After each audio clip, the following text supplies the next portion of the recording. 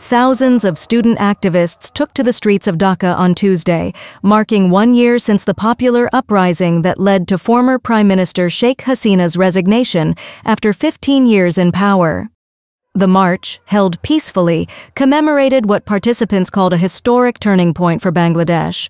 মানুষ যে স্বৈরাচারের বিপক্ষে একেবারে ঐক্যবদ্ধ হয়ে নেমেছিল সেটাই এই যে এই বছরের 5 আগস্টে আমাদের সবাইকে স্মরণ করিয়ে দিচ্ছে।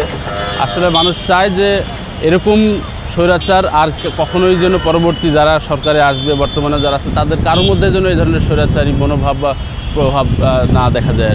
গত বছর জুলাইয়ের 21 তারিখ রাতে আমার নিজস্ব ভবন থেকে মানে আমাদের নিজস্ব মেস থেকে স্বৈরাচার শেখ হাসিনার তৎকালীন সময়ের ফ্যাসিস্ট প্রশাসন বাহিনী আমাদেরকে গ্রেপ্তার করে এবং আমাদের দীর্ঘ সময়টা আমাদের অনেকটা প্রায় 2024 সালের 6 আগস্ট রাতে পর্যন্ত আমাদের জেলে কাটাতে হয় এবং সেই সময়টাতে আসলে 5 আগস্ট যে ঘটনাগুলো ঘটেছিল এগুলো আমি দেখতে পারি নাই এবং বিজয়টা দেখতে পারি নাই আর সেটা আমি আজকে এখানে স্মৃতিচারণ করতেছি যে যখন সেটা জেলে থাকার কারণে দেখতে পারি নাই আজকে এসে সেই উদযাপনটা আমি উপভোগ করতেছি এখানে।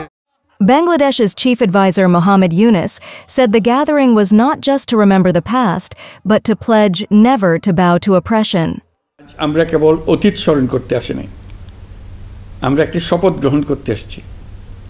শপথ এই, আমরা কোনো ধরনের নিপীড়নের কাছে মাথা নোয়াবো না।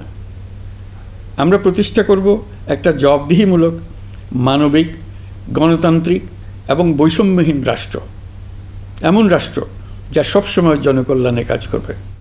The movement began as a student-led protest for civil service quota reform, but evolved into a nationwide uprising that left more than 1,000 people dead. Hasina fled to India and resigned on August 5, 2024.